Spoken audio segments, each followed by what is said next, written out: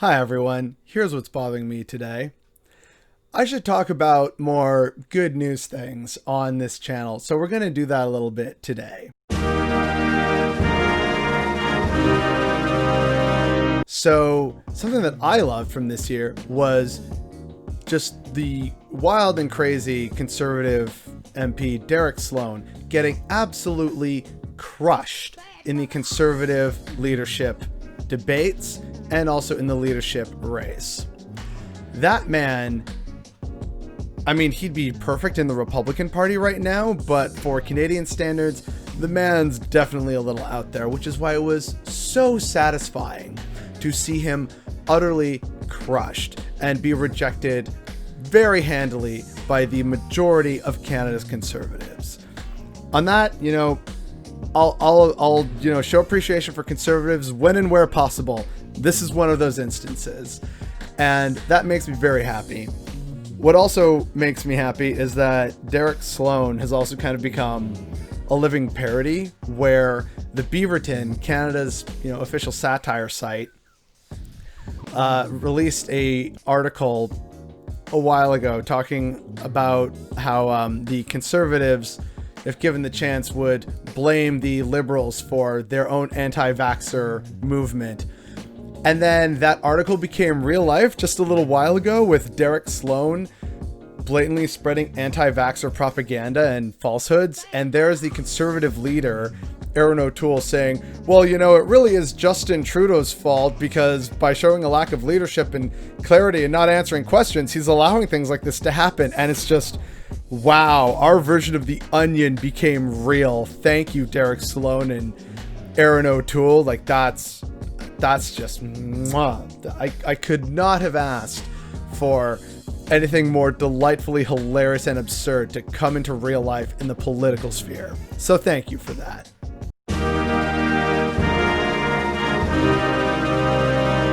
The Green Party leadership race came this close to having an actual, honest-to-God, democratic socialist in charge. Dimitri Lascaris was the second place finisher. It was fairly close. He didn't win. But it shows that there's a real appetite for this,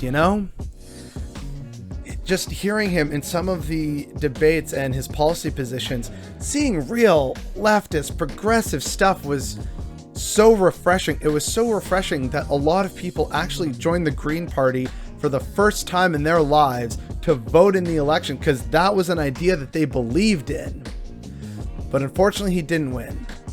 But it shows that, hey, guess what? Liberals and conservatives and Greens and NDP and Bloc Québécois, there's an appetite for this. There are people around the country who would happily support an actual democratic socialist.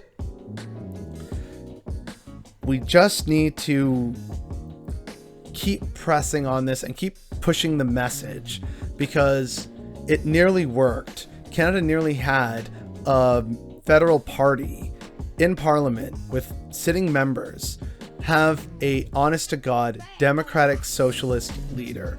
That is, even though we didn't win, the idea that it came so close is still a massive sign of progress. In relatively minor news, but still kind of annoying that it went underreported, 2 different Indigo bookstores in Canada decided to unionize. Now, again, this is good because it was already agreed upon back in Canada's history that employees have the right to unionize should they desire to do so. And it seems that these 2 stores and their employees decided to unionize. So it doesn't mean that there's a whole national union across all Indigo bookstores, but it shows that it's possible and that it can happen even during a pandemic. It just requires lots of organization, messaging, and working with your fellow employees. And so I commend these employees for actually managing to pull off a not insignificant labor win, especially during a pandemic.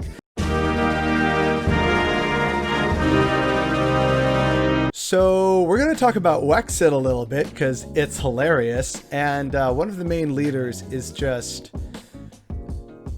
so delightfully wild that I just can't help but talk about him.